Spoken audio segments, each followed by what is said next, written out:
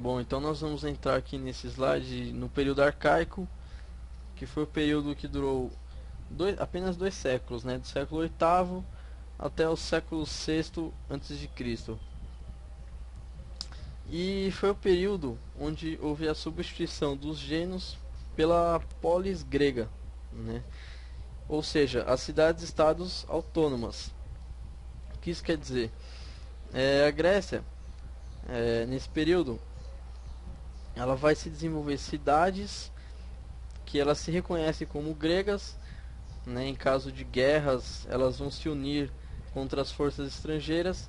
Porém, questão de legislação, de como a cidade vai lidar uma com a outra, elas são autônomas, né? Vocês vão ver que Atenas é completamente diferente de Espartas.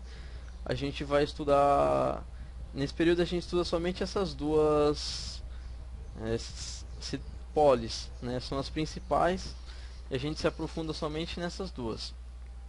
Então houve aquele processo, né, de transformação social que gerou aquela oligarquia aristocrática, ou seja, um poder concentrado nas mãos daqueles que detêm as melhores terras. Então, esses são conhecidos como os eupátridas, né, os bem-nascidos.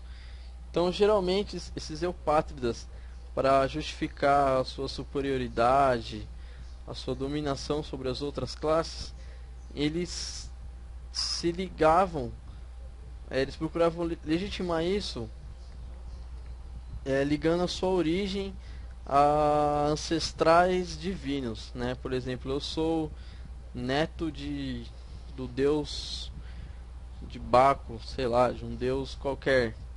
Então aí a gente já vê as pessoas utilizando da religião para, né, legitimar a sua superioridade.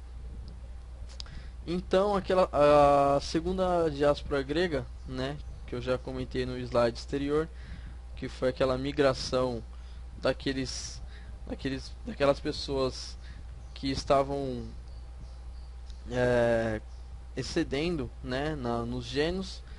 Ela foi importante por quê? Porque ela abriu caminho para uma expansão territorial da Grécia, né? Então eles migraram para esses lugares aqui, para Sicília, para a Itália meridional, né, para ilhas do Mar Egeu, conhecido como Magna Grécia. Então, com essa expansão foi importante por quê também? Porque eles acabaram fundando diversos postos de comércio com outras regiões, né? Então, aí que começou a caminhar para a Grécia se tornar aquilo no período clássico, né? Aquilo que a gente mais conhece hoje, mais ouve falar. Esse processo foi importante devido a isso.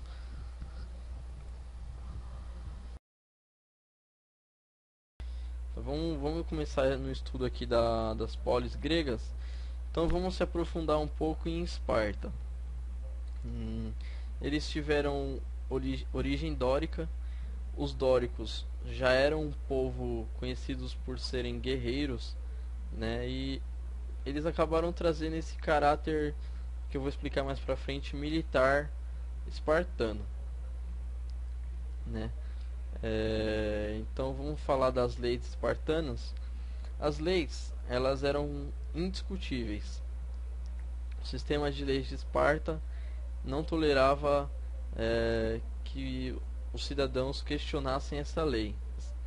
Essa lei, ela tem uma origem mítica, né, lendária, com Licurgo, né, que seria um legislador lendário que teria recebido essa instrução de um deus Apolo, né? Então, essa lei era extremamente quase que sagrada, né? Não deveria ser discutida em momento algum. E o que isso gerava para os espartanos, para os cidadãos? Eles não eram instigados, né, motivados em nenhum momento a questionar essas leis, a tal diálogo, assim, ele não era bom, né, para esse estado. Então os soldados, os cidadãos, eles eram treinados para falar o mínimo possível, somente o essencial. Isso é conhecido como laconismo, né? Foi aí que teve essa origem dessa expressão, laconismo. Vamos falar um pouco agora sobre a economia. Então, a economia de Esparta, eles possuem uma agricultura autossuficiente, né? Ou seja, eles não tinham comércio como destino dessa agricultura. Quem trabalhava nas terras eram os zilotas, né? Não eram os espartanos. Os zilotas seriam quem? Aqueles povos que os espartanos dominavam, né? Nas suas guerras, como eles tinham um caráter militar muito forte, eles tinham é, predomínio nas batalhas, então eles acabavam dominando, conseguindo ter uma facilidade em trazer escravos, né? E esses escravos eram chamados de lotas. Então vamos falar aqui agora sobre o caráter militarista, né? Falar um pouco da educação que formava esses cidadãos. Então, aos 7 anos de idade, o cidadão, né, a criança, ele é entregue ao Estado para seguir um treinamento militar, né, já aos 7 anos de idade. Então, esse treinamento era muito rigoroso, né, somente os mais fortes conseguiriam se adaptar a isso.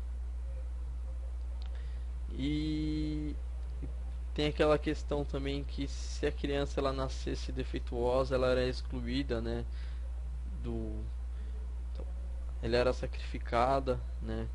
Porque quem era cidadão espartano obrigatoriamente ia ter que ser um soldado, né? Não existia cidadão espartano artesão, não existia um cidadão espartano comerciante. Quem fazia o comércio eram os estrangeiros, né, com eles. Não existia um cidadão espartano trabalhando nas lavouras. Então, o cidadão espartano obrigatoriamente deveria ser um guerreiro. Então, aos 17 anos de idade, eles eram submetidos a uma prova, né? E nessa prova a gente tinha que roubar e matar ilotas.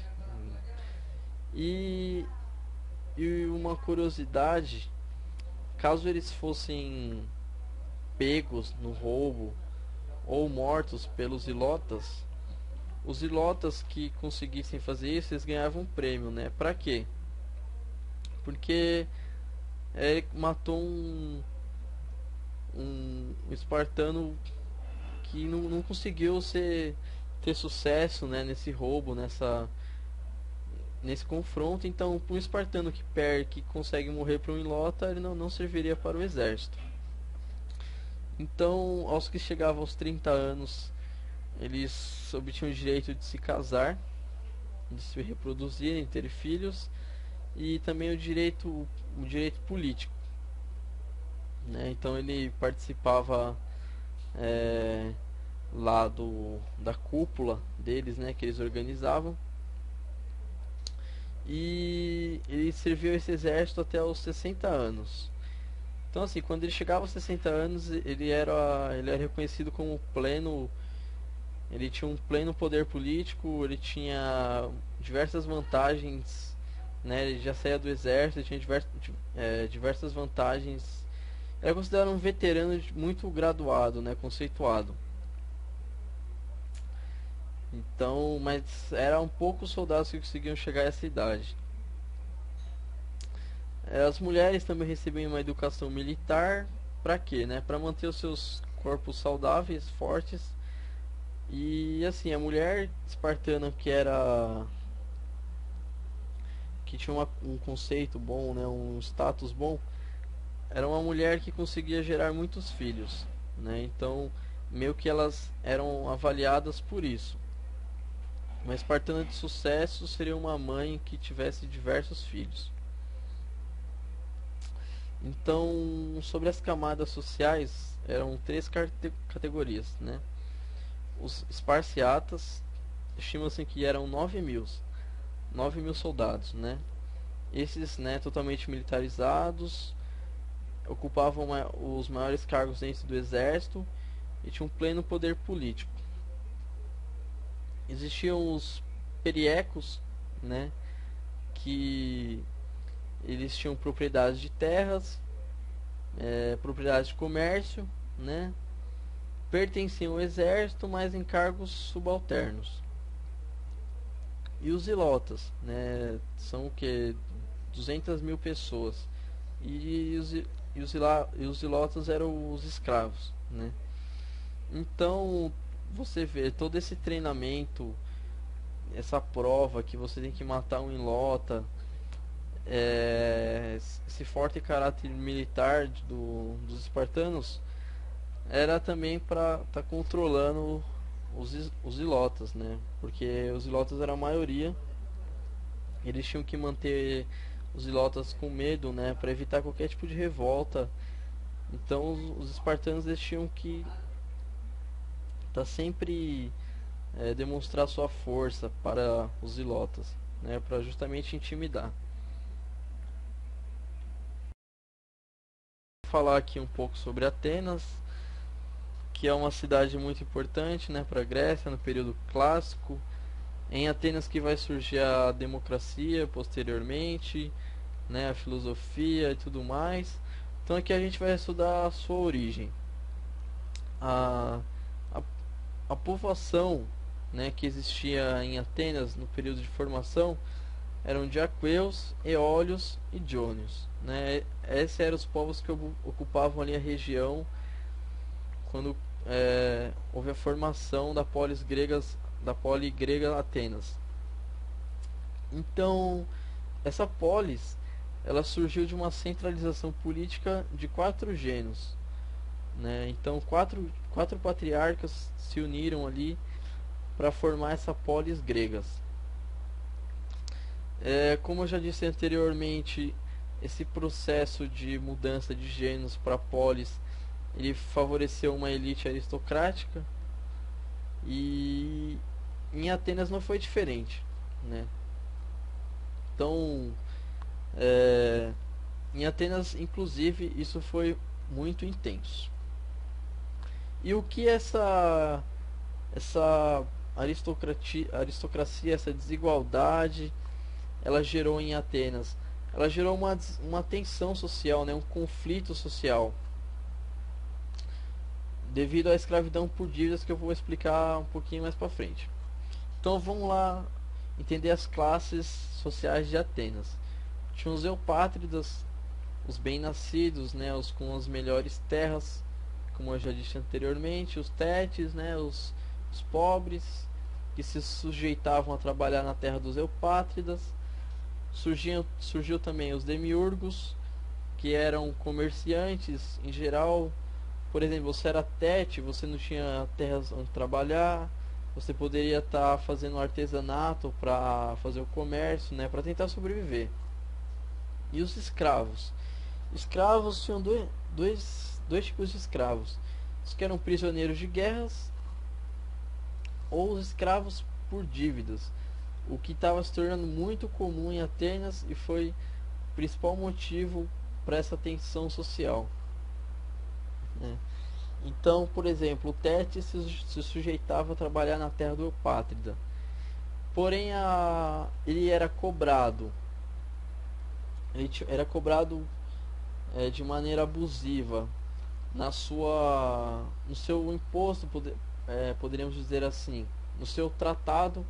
Então, assim, boa parte do que o Tétis produzisse na terra de Eupátridas seria obrigatoriamente pago aos eupátridas. Então, assim, por mais que o Tétis trabalhava, ele acabava não conseguindo mudar a sua situação, né? Ficando sempre ali na pobreza, sempre sujeito à escravidão por dívida.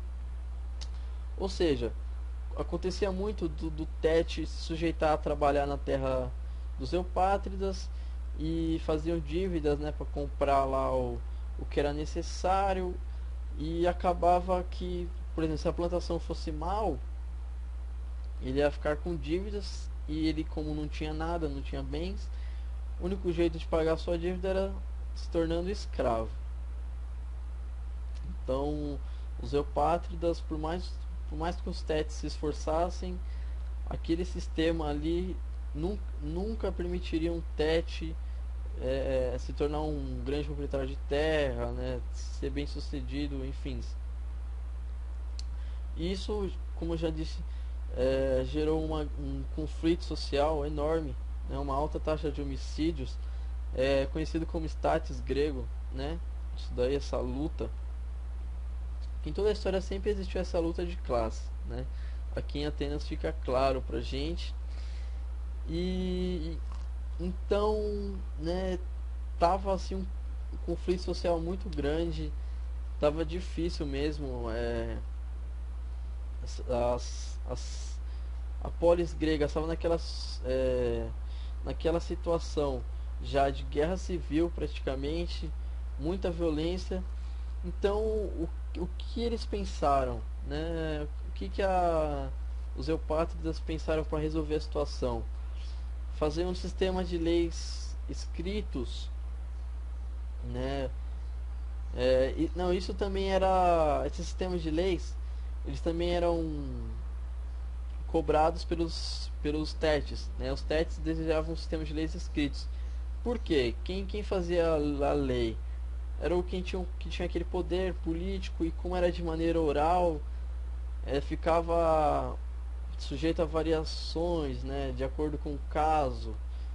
Então, assim, a lei era muito abrangente. Essa era uma reivindicação também dos tétis.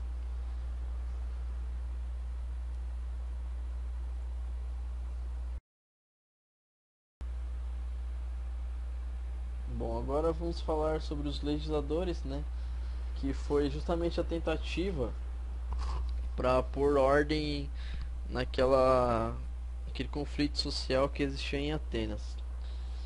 Então, o primeiro legislador foi Draco. Então, em 621 a.C., ele registrou as leis por escrito. Essas leis, elas visavam acabar com a onda de violência. Então, o que foi definido? Qualquer tipo de roubo ou de homicídio, a punição deveria ser a morte, né? Então, se você roubasse alguma coisa, a punição era a morte. E esse foi o primeiro código escrito da Grécia, né? E não resolveu os problemas. Por quê? Porque é lógico, né? Você não vai acabar com aquele sistema desigual que vai estar gerando essa violência. Por quê? Quem é que vai roubar aí no caso? É o Tete, né? Porque o Tete vai precisar roubar. Porque o Tete vai. O Tete ele vai ter ódio, né? Dos aristocratas. É lógico que ele, sabe, vai ter essa violência. Ele vai estar praticando homicídio, assassinato, etc. Então, esse código de leis de Draco, conhecido como um código por ser muito conhecido como um código rígido, né, ele não foi eficaz de maneira alguma, não conseguiu diminuir a violência, né, na verdade causou só mais violência porque a pessoa roubava, era morta, etc. E assim, não resolveu. Então o segundo legislador foi Solon, né, então esse já tentou mais efetivamente dar um fim aos conflitos. Então ele estabeleceu o fim da escravidão por dívidas, uma reivindicação antiga da população. E nesse novo código ele também manteve o controle político do setor dominante, né? Ou seja, dos eupátridas, dos aristocráticas, sobre o restante. Então, meio que esse Solon, na verdade, ele não agradou os, os eupátridas, como também não agradou os tétis, né? Ele ficou meio em cima do muro. Ele acabou com a escravidão por dívida, realmente, porém ele manteve aquela ordem, né? Aquela lógica onde onde o pátrida era dominante, onde essa aristocracia reinava. Então assim, os tétis continuariam sendo pobres, continuariam trabalhando para os eupátridas. Então não amenizou, mas também não resolveu os conflitos que continuaram, tá? Porque os os tétis eles queriam mais, né? Eles não se contentaram apenas em acabar com a escravidão por dívida. E foi, né, nesse estado também, nessa situação de ainda em conflito, né, de instabilidade social, que surgiu a tirania. Né? Quem era a tirania? O que é tirania? Tirania é você tomar o poder para si, sem esse poder ser concedido a você. Né? Então você toma o poder para você. Então o primeiro tirano ele foi o Pisistrato. Né? Então ele era um membro da aristocracia que já estava desmobilizada, né? Já estava entrando em conflito consigo mesma, tinha divergências de ideias, né? Porque alguns membros da aristocracia enxergavam realmente que a situação não podia ficar daquela maneira, caso não houvesse uma, uma descentralização, né, desse poder, dessa economia. Continuaria havendo essa violência. Então o Pisistrato ele foi muito esperto. Ele viu que era possível dar esse golpe, né, e tomar o poder com o povo ao seu lado. Então esse Pisistrato ele foi conhecido como um tirano justo, né, ele foi o primeiro tirano. Ele governou tranquilo. O que que ele fez? Ele fez canais de irrigação, ele distribuiu as terras, né, de aristocratas que eram exilados. Então ele tentou ali, né, dar melhores condições. Ele incentivou a cultura. Ele foi muito importante para o desenvolvimento da Grécia, né, porque a gente vai conhecer daqui a pouco o período clássico. Pisistrato ele deu toda aquela base para a Grécia se tornar para Atenas se tornar o que ela foi, e a Grécia ser reconhecida, estudada até hoje, ser o berço da civilização ocidental, né? Então, mas quando o Pisistrato morreu, o seu filho assumiu, Hípias assumiu o poder, né? Porém, houve uma discussão lá, houve um assassinato do irmão dele, né? Alguns dizem que foi uma disputa política, alguma tentativa de tomada de poder. E então o Hípias ele ficou meio radical, né? Ele se radicalizou. Então ele começou a aumentar os impostos, ele ficou rigoroso. E com isso ele atraiu uma grande ele se tornou impopular, né? Assim, a população começou a detestá-lo, né? Atraiu um grande ódio para si. Então esse foi o fim da tirania em Atenas, porque realmente a população não aceitou mais.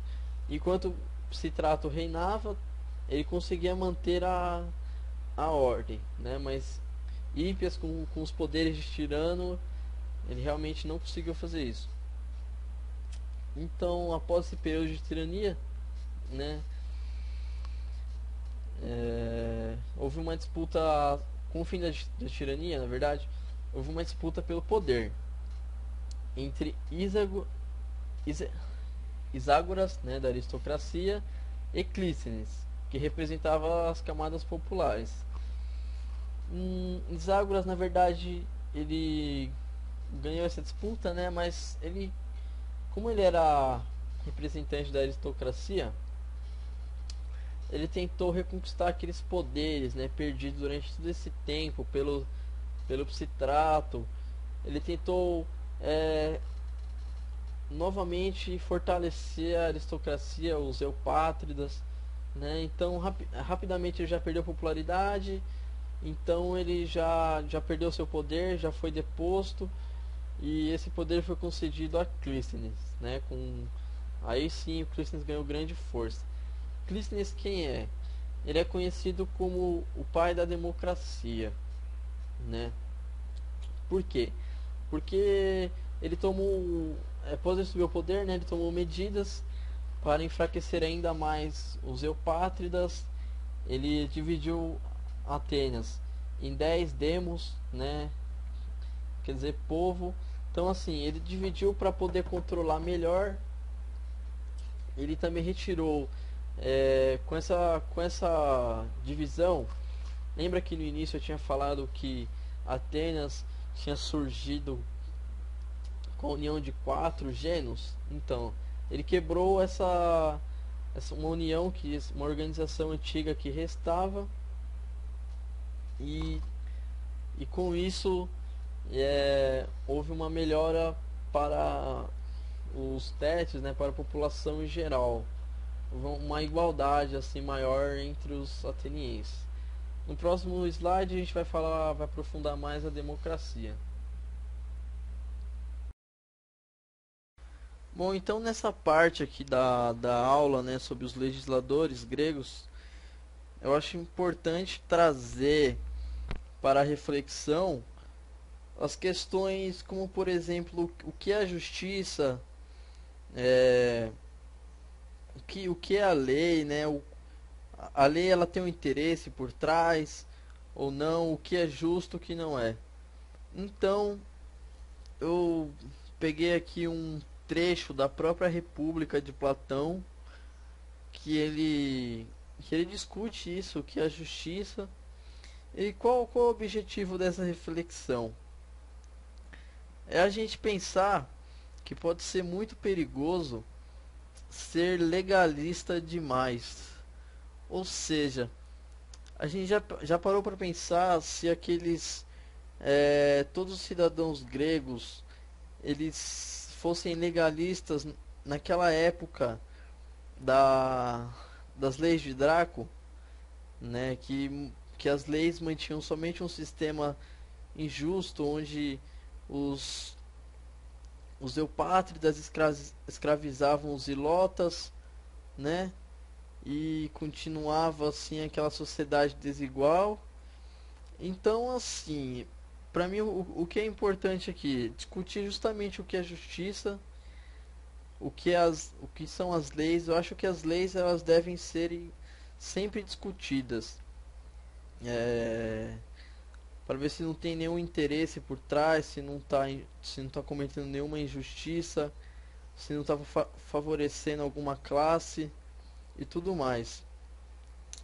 Porque é um grande perigo da nossa sociedade aquelas pessoas que se afirmam totalmente legalistas e que não vê necessidade de mudança, mas a gente sabe, né, que a nossa sociedade ela ela pode ser muitas vezes injusta.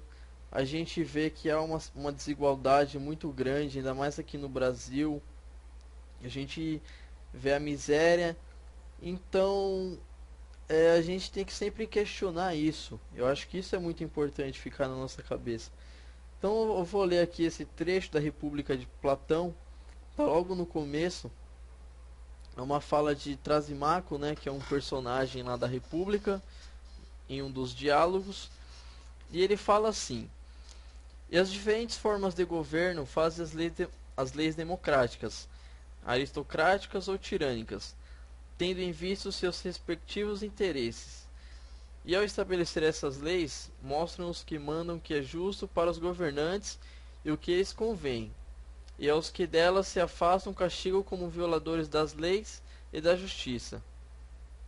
É isso que quero dizer quando afirmo que em todos os estados rege o mesmo princípio de justiça, o interesse do governo, e como devemos supor que o governo é quem tem o poder, a única conclusão razoável é que em toda parte só existe um princípio de justiça, o interesse do mais forte. Né? Então essa é uma frase que é muito, muito bem elaborada, que a justiça muitas vezes pode ser simplesmente o interesse do mais forte, né? Você acha que isso foi escrito que há 2000, mais de 2000 anos atrás, 2500 anos atrás, porém isso está presente na nossa sociedade, como por exemplo, houve o caso recentemente do Pinheirinho, né, onde 10 mil pessoas foram desabrigadas com aquela base nas leis, na legalidade, que a terra ela foi invadida, mas a gente sabe que assim realmente é lógico, parece injusto, né? Naquela situação, o Estado ele poderia ter tomado atitudes diferentes. O Estado ele poderia ter regularizado aquele assentamento. Inclusive, alguns especialistas afirmam que seria muito mais barato para o Estado do que investimentos com programas habitacionais, porque ele já era uma região onde eles já construíram sua casa. Porém, a gente sabe, né, existe todo um projeto para aquela cidade. É uma cidade rica que tem uma elite considerável com influência, e ter uma favela naquela cidade não era interessante. Justamente por isso retiraram todas aquelas 10 mil pessoas, né, para defender a propriedade de uma pessoa que a gente sabe que tem um histórico aí esquisito, né? Porém, é aquela questão do debate da legalidade. É claro, né? A gente pode aprofundar muito isso em outra ocasião, porém aqui nessa aula eu só quero trazer mesmo essa reflexão para a gente entender a questão de justiça, que é o que a gente pode tirar proveito sobre esse tema.